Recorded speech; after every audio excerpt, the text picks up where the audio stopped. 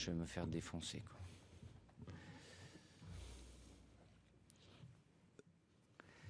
Bonjour Allez. à toutes et à tous. On va commencer la conférence de presse avec Didier Deschamps. On va donner d'abord la parole à Antoine Maignan de l'AFP. Elle traduit pas tout, là. Non, j'espère pas. Ah. Oui, bonjour, Oui. Didier Antoine Maignan pour l'AFP. Je voulais vous dire, voilà, Antoine Griezmann a dit qu'il faisait chaud, que c'était difficile de s'habituer à l'ambiance avec ce stade plein. Est-ce que vous avez été perturbé par tout ce contexte différent de ce que vous aviez eu juste avant? Écoutez, si je vous dis ça, ça va tout de suite interpréter comme des excuses. Au-delà du stade plein, qui a été un atout formidable pour cette équipe de Hongrie, qui a fait le match de sa vie. C'était le match de l'année, peut-être pas de leur vie, mais de l'année pour eux. Voilà, le scénario du match, évidemment, les a incités à avoir encore plus d'énergie. Même si c'était pareil pour eux, mais l'adaptation physiologique et psychologique à cet horaire et ajouter une température très élevée a eu plus d'impact sur nous que sur l'adversaire. Mais malgré tout, on a une première mi-temps où on a les occasions. Évidemment, on n'a pas eu le réalisme. Et eux, sur une occasion, ils mènent à la mi-temps. Donc après, oui, ils gagnent du temps, ils défendent. On a eu le mérite de revenir au score dans des matchs comme ça. Je me satisfais. Je ne suis pas heureux du résultat, mais il faut se satisfaire par moment. On a eu énormément de frappes, peu cadrées, un poteau. Donc, malgré tout, dans ces matchs-là, et c'est pas manquer d'exigence. On l'a pas perdu. Ça nous fait un point de plus qui vient de s'additionner aux 3 premiers, donc qui nous laisse l'opportunité d'avoir les cartes en main sur le 3e match. Question de Grégory Schneider de Libération. Oui, bonjour.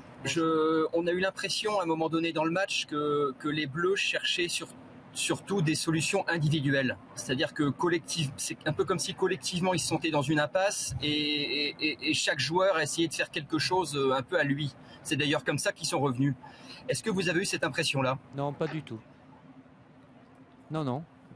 Parce qu'il y a eu qu'on soit capable de faire mieux, oui, mais il y a eu de très bons enchaînements, notamment en première mi-temps, où ça menait à des opportunités ou des occasions. Après, qu'on peut me faire, oui, mais l'action individuelle fait partie aussi du football, mais c'est pas... non, après, j'ai peut-être une impression, une analyse qui est différente de d'autres personnes.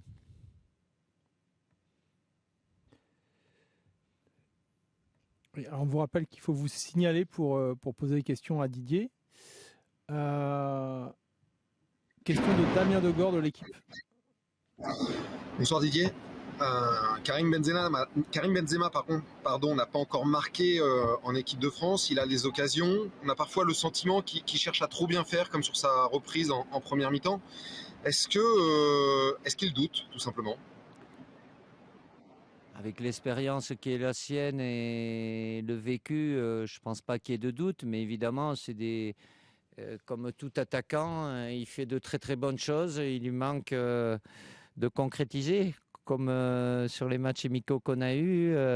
Et puis là, ce soir aussi, mais il a suffisamment de vécu pour passer outre. Mais évidemment, il sait très bien qu'il est attendu sur cet aspect-là, même si, et je lui ai dit, c'est pas que ça. Évidemment, un attaquant a besoin de marquer. L'essentiel, c'est qu'il garde confiance et qu'il garde ma confiance.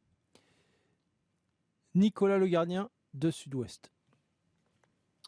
Bonsoir. Le résultat d'aujourd'hui va vous obliger à faire un autre résultat mercredi pour assurer la qualification ou aller chercher la première place du groupe. Oui. Est-ce que ça change votre approche du match de mercredi d'ores et déjà? Écoutez, pas spécialement.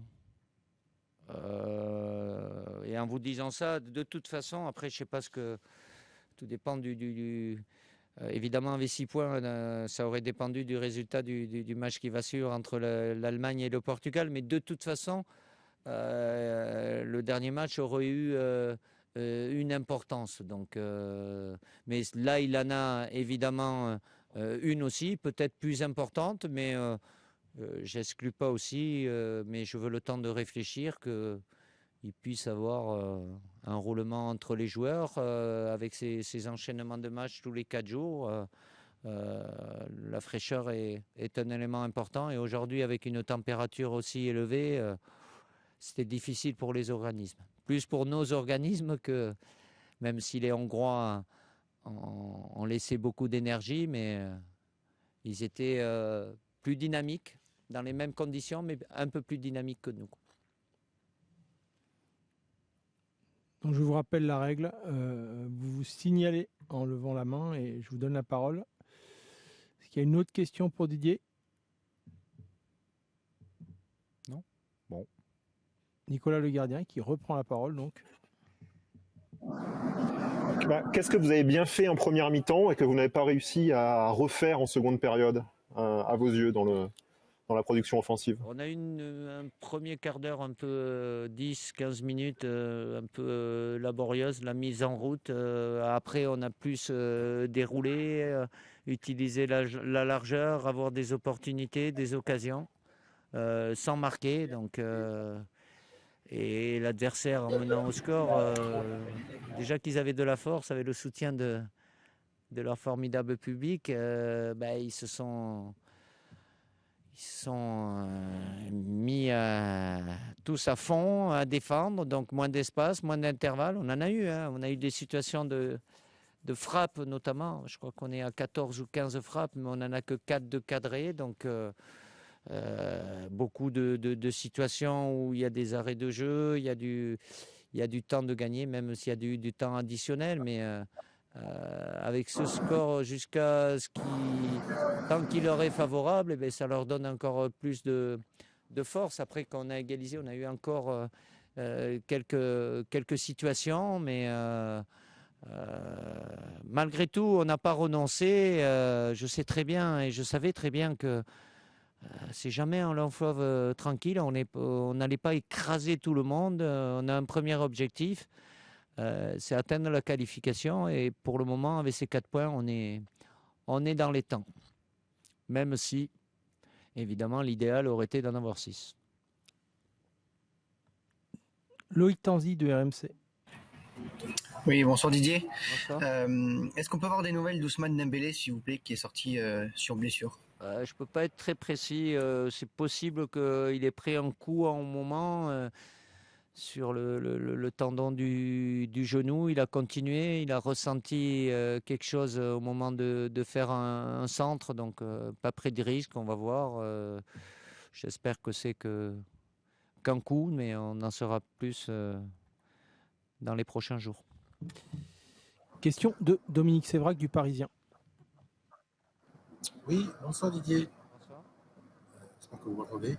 On sait que c'est plus difficile. Faiblement. On sait que c'est plus difficile. Oui, on sait que c'est difficile plus difficile de créer une animation offensive qu'une animation défensive. Merci. Est-ce que vous pensez qu'il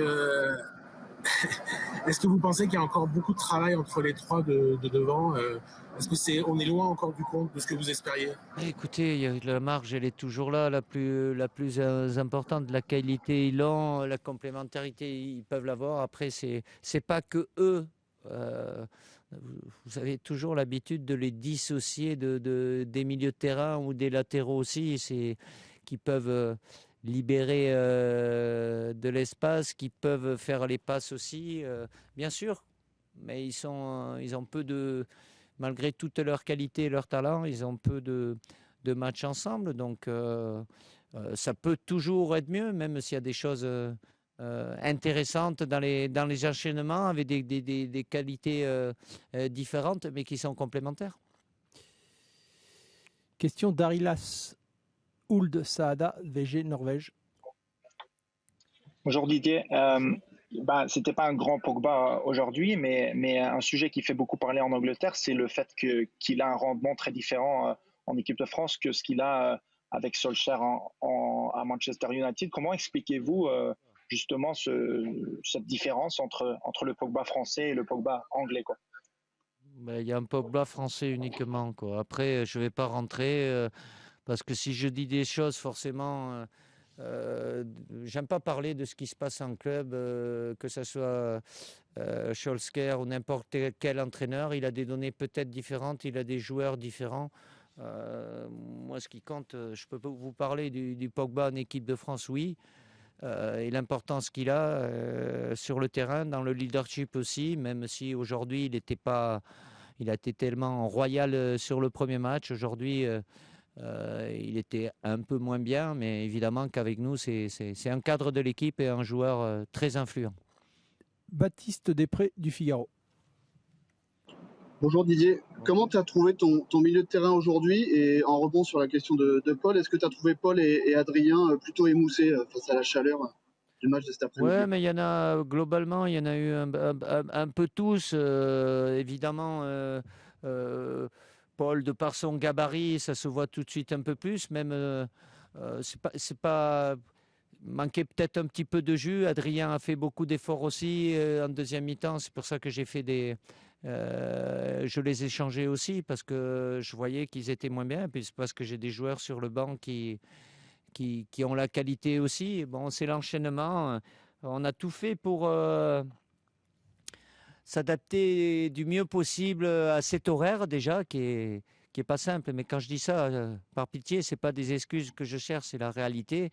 Mais ça n'a pas empêché les Hongrois d'être très performants. Et puis cette température, quoi, cet horaire-là, je sais pas, température ressentie, on devait être à 35, les joueurs ils demandaient à boire toutes les 5 minutes, donc les efforts étaient difficiles. Je m'en suis rendu compte déjà parce que hier on a fait une séance d'entraînement veille de match à 2h30 et tous ils me disaient coach, on fait un effort, on cherche notre souffle. Donc évidemment face à une équipe aussi regroupé, dynamique,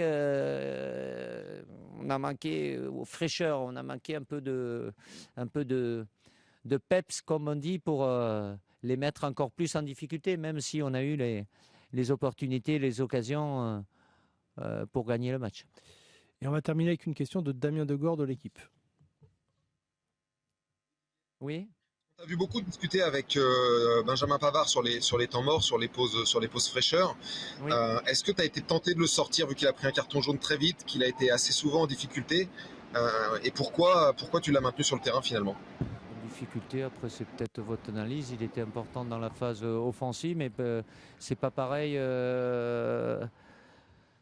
quand il avait Antoine en première mi-temps devant lui ou quand il a Ousmane Dembélé. Donc c'est juste des ajustements parce que c'est pas les mêmes profils. Donc je pense que il a tellement participé à la phase offensive que ça lui a coûté un peu plus de jus dans la phase défensive, mais il maîtrisait quand même. Ok, il avait un carton jaune, je n'ai pas senti de risque particulier par rapport à ça. Merci. Merci. Je vous rappelle qu'on reste à Budapest, donc on vous donnera des nouvelles du programme de demain, mais il y a toujours une visio-conf de presse organisée et l'entraînement, on mettra ça sur le groupe WhatsApp, je parle pour les suiveurs de l'équipe de France. Bonne soirée.